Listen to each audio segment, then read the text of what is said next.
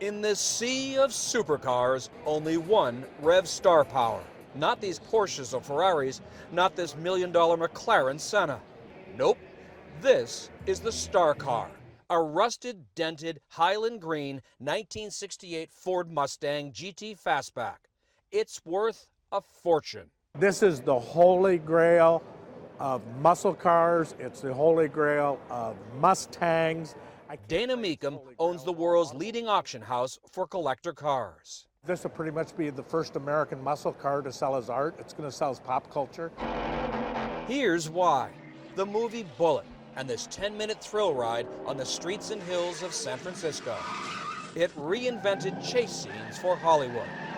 Man and Mustang, Steve McQueen and his classic pony car, the epitome of old school cool. Even faster than McQueen's car, its disappearance after the movie. Collectors have chased it ever since. It was never lost. I mean, it was always in the garage. Sean Kiernan's father bought the Mustang in 1974. It's kind of the Craigslist of the day. It was the road and track of, then. And found a 68 Fastback Mustang. Found it in this back page ad. McQueen's Bullitt Mustang, best offer. Robert Kiernan paid $3,500. He's the only one that showed up, paid for it, took off, and ended up in the driveway. Robbie Kiernan is Sean's mother. She drove the car to her job every day as a third-grade teacher in New Jersey. Back and forth to school, yeah. It was just, loud. I'd have to drive through the center of Madison, and they all knew the car. Here she comes. I mean, you were driving a multi-million-dollar car. It was, to me, a used car. In 1977, McQueen tracked down the Kiernans. He wanted to buy what he called my Mustang.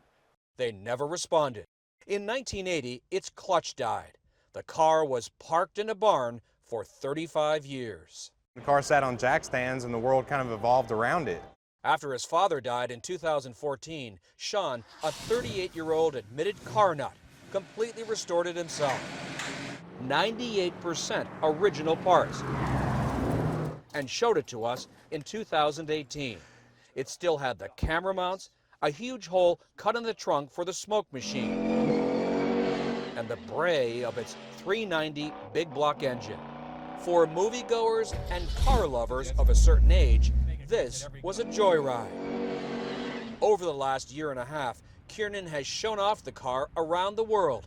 He swore he'd never sell it because he could still see his father inside it. But here we are. Building and unveiling the car has been extremely therapeutic. The car has become bigger than my life. And yeah, I want to go home, and I think the car deserves another good home. Will you miss it? Absolutely. I'll miss it most because of the blood, sweat, and tears I've had with her for the past 5 years. The funny thing about that is I think that she'll miss me too.